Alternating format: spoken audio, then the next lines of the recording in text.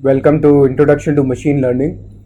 We will continue our discussion on unsupervised learning now. So we will talk about this topic called dimension reduction. The learning objectives for this module are that we should be able to write the advantages of dimension reduction. We should be able to write one of the steps for one of the popular methods for dimension reduction, which is principal component analysis. And then we should be able to expand PCA to a nonlinear method called kernel PCA using the kernel trick. And we will also look at some other nonlinear dimension reduction methods. So what is the objective of dimension reduction and why do we do it? So the objective is as follows. Let's say we are given a vector x from a d-dimensional space, capital D-dimensional space, and in the space of real numbers, real vectors with d dimensions. Now we want to find a mapping f that takes the vector x and maps it to vector y, and this vector y is from another small d dimensional space such that this small d is less than capital D. That is, we are reducing the dimension. So if you have, let's say, 1000 data points and each point is 100 dimensional, we want to reduce it to 5 dimensions. So for example, x can belong to r to the power 100 and y can belong to r to the power 5. Okay, and our data matrix would be basically stacking all these together. It would belong to r to the power, let's say, n cross d. So what do we want to do in this mapping? We want to make sure that there is an inverse mapping, not exactly inverse, but let's say there's a mapping G. Let's just call it a mapping G that can go from y back to x. Okay, so basically it goes from y back to, let's say x hat, not x but x hat, such that x hat is close replica of x. So what do we mean by closed replica? That this x hat also belongs to r to the power capital D. Okay, it also belongs to the capital D space, but its distance from its respective x. So if I take the index I, right? So let's say there's an index ith data point. Okay, so then your distance of x hat I and xi, right? This distance should be minimized. Okay.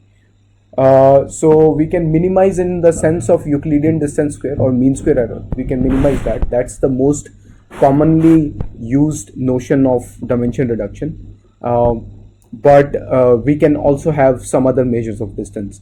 We will look at the intuition in a little bit more, in a more visual way, but this is the formal definition. So we want to minimize this distance square.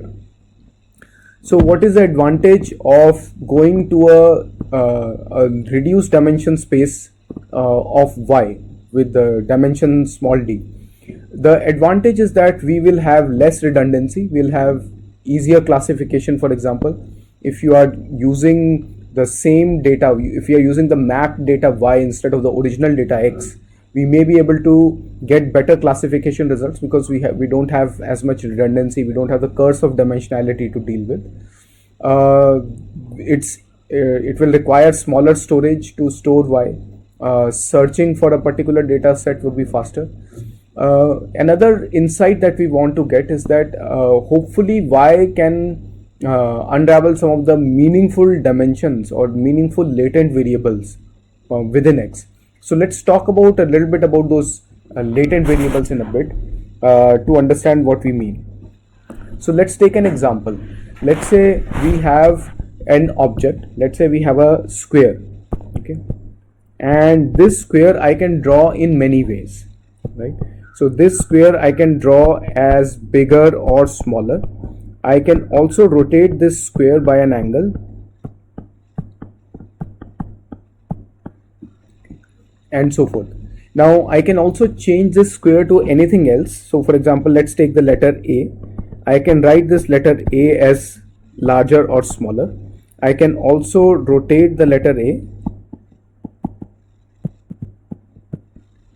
Okay, so if we think about, let's say, images that have squares or letter A, and they are very similar to each other. So let's say your image dimension is quite large, it is 100 by 100. Okay, and let's say it's a grayscale image. So the number of pixels that we have here are 10,000. And so this image, if we represent it as a single dimensional vector, so this image xi belongs to r to the power 10,000. That's a very large dimensional space. But if there is nothing on the image except for this rotated A or enlarged A or short or shrunk A, then I need only two numbers to describe the image. So let's say this is my image.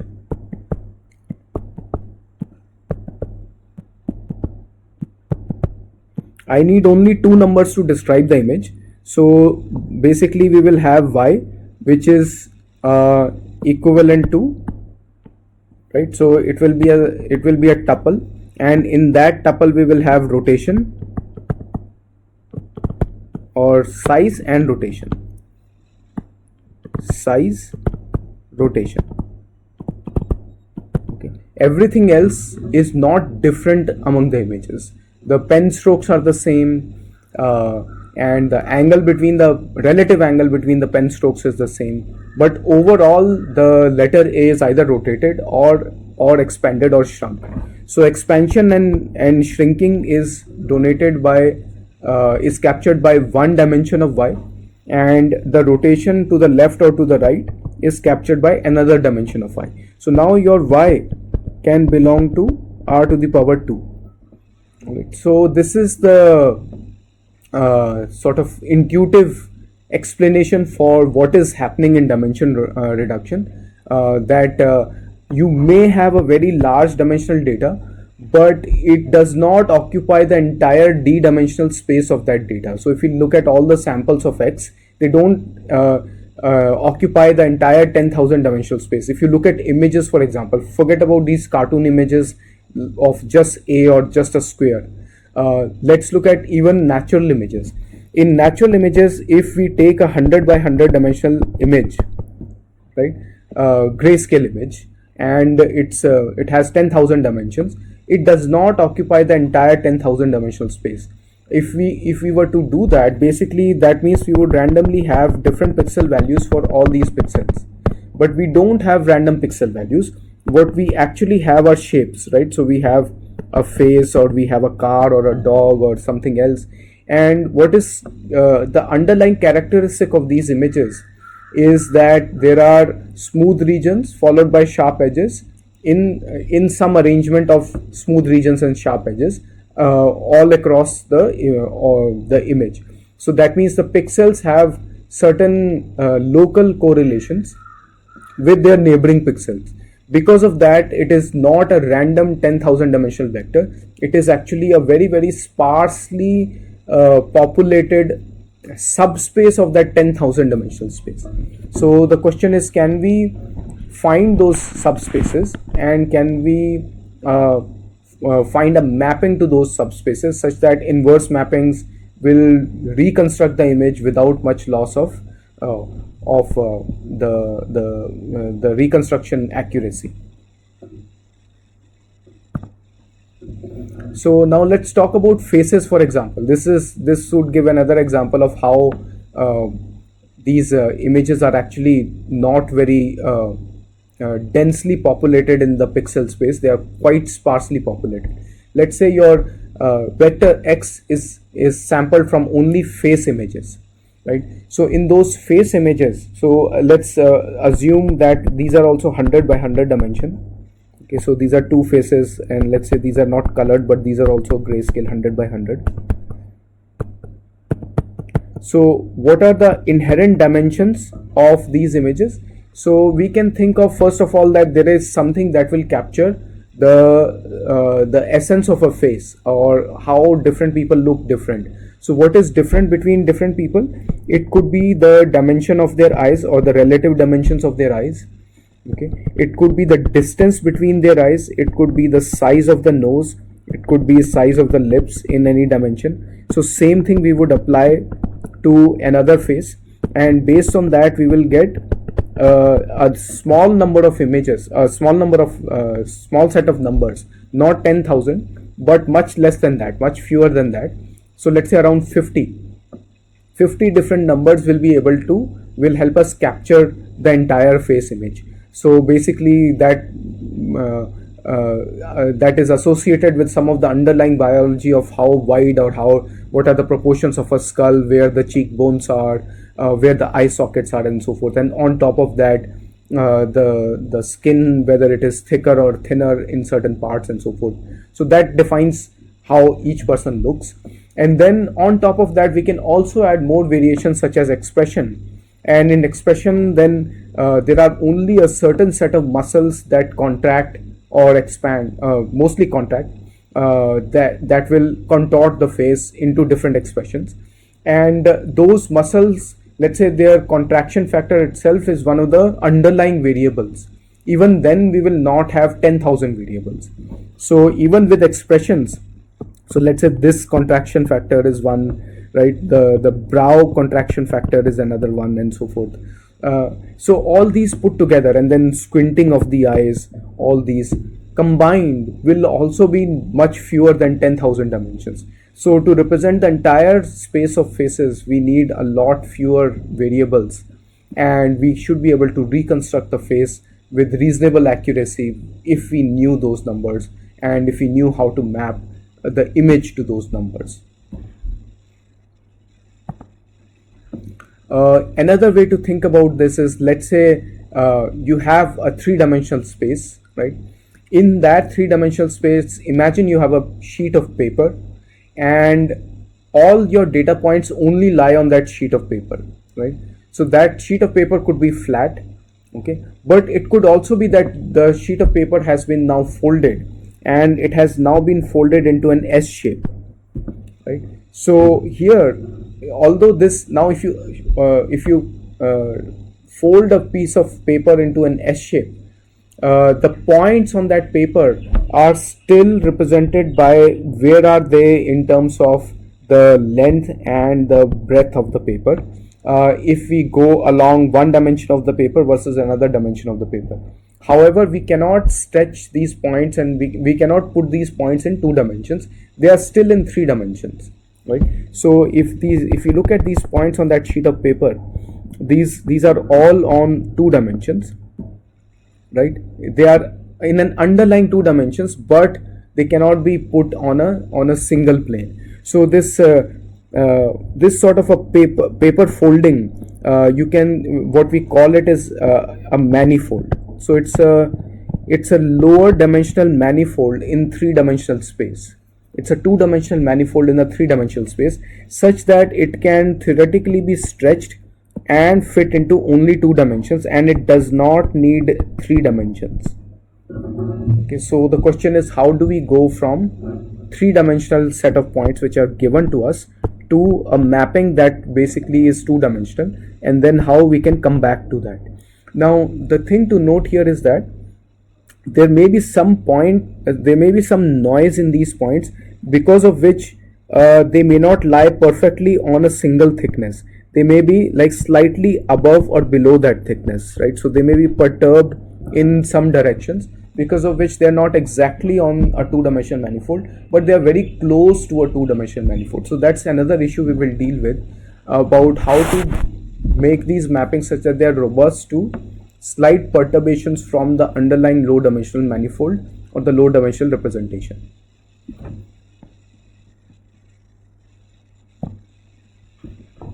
So now let's make the problem slightly simpler. Let's talk about linear embeddings in large dimensional spaces. So let's say we have 2 dimensions. Okay, so here we have the x1 dimension, and here we have the x2 dimension. Let's say all the points that we have, they lie along a line.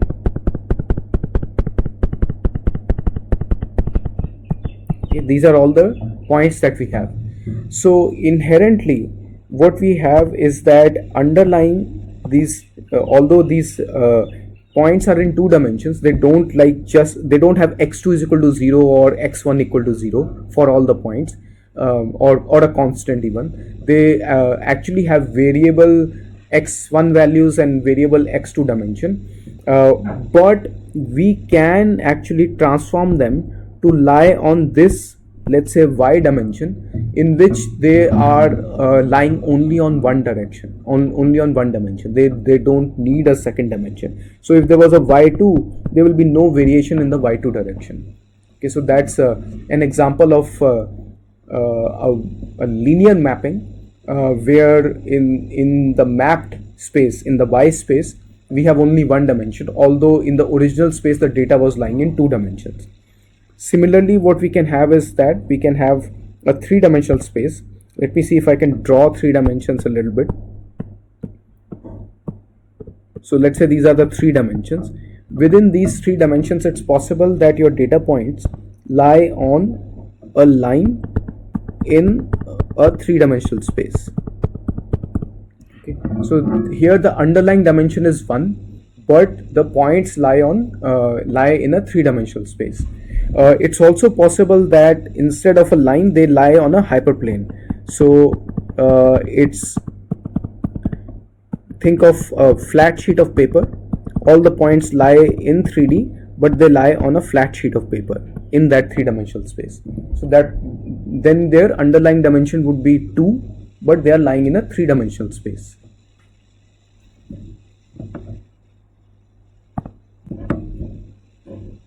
Now it's possible that these points do not exactly lie on that one dimension or reduced dimension. So let's take an example here, that let's say we have a one-dimensional data in a two-dimensional space. So this could be one dimension and another dimension, and the underlying points actually lie on this line like we showed in the previous slide, but there are slight deviations. Somehow there was some measurement noise, because of which they might lie close to the line but slightly above or slightly below the line. Okay, so this gives rise to the notion of reconstruction error. So now let's say if we were to map this into a new space, into this y space where there is only y1, right? And in this y1 space, if we were to map these points would actually fall exactly on the line, and we will ignore the deviations from the line. So now if I do the reconstruction of these points, I'm running out of colors here. Let's see if I can find a good color. Let's take orange color. So these vertical lines that I'm drawing, these are the distances that that we will not be able to reconstruct if we reduce the dimension to 1. Okay, so let's take an example of a point that is slightly further away. So let's say there's a point that is slightly further away, and here the distance from the line is such, right? So the point will be projected here on the line, and this vertical gap that you see, that vertical gap we will not be able to bridge, we will not be able to get back. So when we reconstruct this, when we project from x space to y space and then back from y space to x space, we will lose this fidelity of how much further away they are from the line. So basically, if we sum up all the square errors of their distance from the line, then that square error should be minimum. That is a good line. Otherwise, we could also try to project it onto a different line. So for example, we can take a slightly different line, and that is not a good reconstruction of that will not lead to a good reconstruction of the data, because the sum of squared errors would be larger in that case. So only one of these is a better solution than the other if our mapping has to be linear. What do we mean by linear? That basically your yi will be some weight w1 times x1 plus some weight w2 times x2, and then I'm ignoring the bias. Okay, so this is a linear embedding. We could also have non-linear embeddings. So here, think about it this way. So this is xi, both are I. So here we are reducing two numbers into one number. So that is a dimension reduction. We could reduce two numbers into one numbers using a nonlinear function also. We will come to that a little later.